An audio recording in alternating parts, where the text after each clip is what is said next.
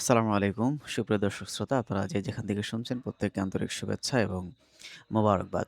বিশেষ করে যারা দেশের বাইরে, আমরা কিভাবে এইচএসসি পরীক্ষায় অংশগ্রহণ করব বিদেশের মাটিতে বসে এবং সেখানে আমাদের পরীক্ষাটা হবে। সবকিছু সেখান থেকে করা যাবে।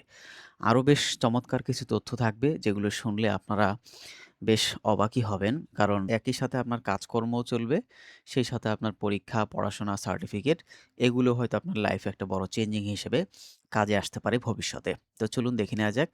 ঠিক আছে? আমি সবশেষে আপনাদেরকে বলে দিব কি, কি কাগজ জমা দিতে হবে।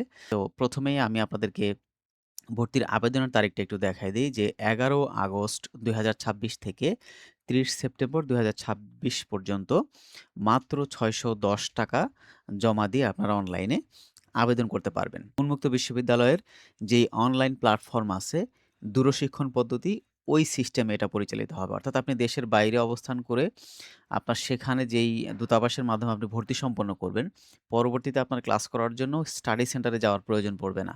আপনি যেখানে কর্মরত আছেন সেখানে বসে অনলাইনে বা বাসায় থাকলে আপনার কাছে যদি একটা ডিভাইস থাকে, কম্পিউটার, ল্যাপটপ কিংবা মোবাইল এবং ইন্টারনেট সংযোগ যদি থাকে, আপনি ঘরে বসে অনলাইনে ক্লাসে অংশগ্রহণ করতে পারবেন। আর ২ টা বিষয়ে আপনারা ভর্তি হতে পারবেন। একটা হচ্ছে মানবিক, আরেকটা হচ্ছে ব্যবসায় শিক্ষা। সায়েন্সের কোনো আ সুযোগ এখানে নাই। সায়েন্স প্রোগ্রামে আপনারা অ্যাডমিশন নিতে পারবেন না। রেজিস্ট্রেশনের মেয়াদ থাকবে ২ বছর এবং সর্বোচ্চ ৫ বছর।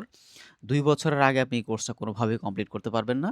কিন্তু এটা ৫ বছর যেহেতু এটার মেয়াদ থাকবে, আপনারা চাইলে এই ৫ বছরের মধ্যে মাঝখানে ২-১ টা বছর যদি আপনার লস হয়েও যায়, আপনি পরবর্তী বছরে পরীক্ষায় অংশগ্রহণ করতে পারবেন। কিন্তু ৫ বছরের অধিক হওয়া যাবে না। সরকার স্বীকৃত যে জেএসসি, জেডিসি বা ৮ম শ্রেণী এই যে সার্টিফিকেট এগুলোর কোনো একটা যদি আপনি থাকে, আপনি যদি পরীক্ষায় উত্তীর্ণ হয়ে থাকেন এবং বাংলাদেশী নাগরিক হন, সৌদি আরব, কাতার, কুয়েত, ওমান, ইতালি এবং সংযুক্ত আরব আমিরাতে যারা বৈধ হিসেবে সেখানে বাংলাদেশী বংশোদ্ভূত যারা কর্মী আছেন বা প্রবাসী আছেন, তারা উল্লিখিত যে তারিখ দেওয়া আছে, এই তারিখের মধ্যে আপনারা আবেদন করবেন।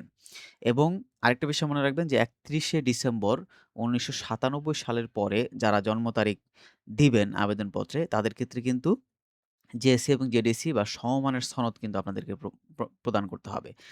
ভর্তি ফি হচ্ছে আপনার ১ম বর্ষের জন্য ৳১৬,৪৭০ এবং আপনার ২য় বর্ষে লাগবে হচ্ছে ৳১৫,৮৬০।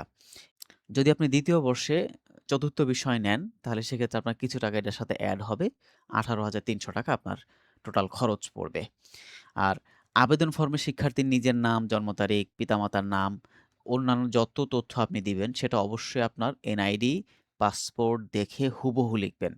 এবং শিক্ষার্থীর ৮ম শ্রেণীর সনদপত্রের যে সাথে যে আপনি জন্মসাল বা আপনার যেই তারিখগুলো বা যেই অ্যাড্রেসগুলো আপনারা ফিল আপ করবেন, সেটি অবশ্যই যাতে মিল থাকে ঐরকমভাবে আপনারা দিবেন। বইপত্র কোথায় পাবেন? খুব ইজি একটা বিষয়। আমি এর আগে একটা ভিডিও দিয়েছি। সে ভিডিওতে আপনাদেরকে আমি দেখিয়েছিলাম। এই ভিডিও ডেসক্রিপশনে লিঙ্কটা দেওয়া থাকবে এবং আই বাটনেও আমি দিয়ে রাখবো। আপনারা বিশ্বের যেকোনো রাষ্ট্রে বা যেকোনো জায়গায় থাকেন, জাস্ট ইন্টারনেট কানেকশন আর একটা মোবাইল যদি আপনার কাছে থাকে, আপনি উন্মুক্ত বিশ্ববিদ্যালয়ের আপনি যে কোর্সে ভর্তি আছেন, ওই কোর্সের সব বইগুলো কিন্তু অনলাইনে সফট কপি হিসেবে পাওয়া যায়। আপনারা জাস্ট সাইটে ক্লিক করে ঢুকবেন এবং বইগুলো ডাউনলোড করবেন।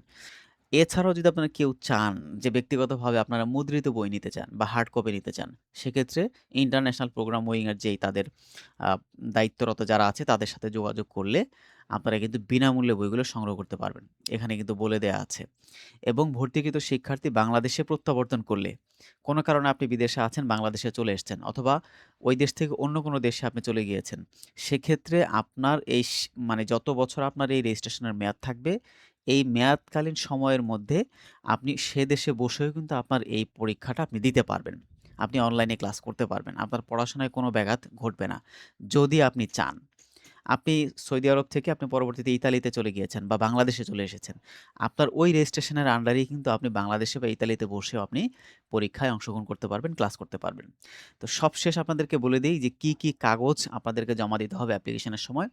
প্রথমত আপনার সম্প্রতি তোলা একটা ছবি ৩০০x৩০০ পিক্সেলের হবে এবং একটা স্বাক্ষর ৩০০x১০০ পিক্সেল এটা আপনি করে নিবেন, স্ক্যান করে নিবেন এবং এটা অনলাইনে আপনি রিসার্চ করে নিবেন। এটা আপনার অনলাইন অ্যাপ্লিকেশনের জন্য কাজে লাগবে। এরপর হচ্ছে জেএসসি, জেডিসি ৮ম শ্রেণী এই ৩ টার আপনার কাছে যেটা আছে সেই সার্টিফিকেট সরকার স্বীকৃত অবশ্যই হতে হবে। সেটার একটা স্ক্যান কপি, জাতীয় পরিচয়পত্র, স্মার্ট কার্ড, বা যেটাকে আমরা এনআইডি কার্ড বলি, অথবা অনলাইন জন্ম নিবন্ধন সার্টিফিকেটের সেটার একটা স্ক্যান কপি, আপনার যে পাসপোর্ট আছে সেই পাসপোর্টের একটা স্ক্যান কপি এবং বসবাসের অনুমতিপত্র বা অনুমতি কার্ডের স্ক্যান কপি। অর্থাৎ আপনি যেই দেশে আছেন সেই দেশের একটা অনুমতি বা আপনার সেখানকার রেসিডেন্স কার্ড যেটা আছে সেটা আপনি স্ক্যান করবেন। এই কয়েকটা কাগজপত্র রেডি করে আপনি অ্যাপ্লিকেশন করবেন অনলাইনে। সাথে আপনি যখন প্রিন্ট করবেন তখন সেই অনলাইন কপিটার সাথে আপনি এই যে কাগজগুলো এখানে আপনি স্ক্যান করেছেন সেটার একটা প্রিন্ট করবেন। এক সেট প্রিন্ট করে অরিজিনাল যে প্রিন্টটা করবেন আবেদনের সেটার সাথে একটা সেট করে সেই সেটটা আপনি নিকটস্থ আপনি যে দেশে অবস্থান করছেন ওই দেশের সংশ্লিষ্ট দূতাবাসে গিয়ে জমা দিবেন।